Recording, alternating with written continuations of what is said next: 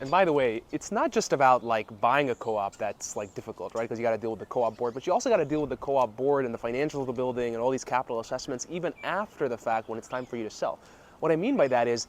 when you're trying to sell a house or any kind of other type of real estate,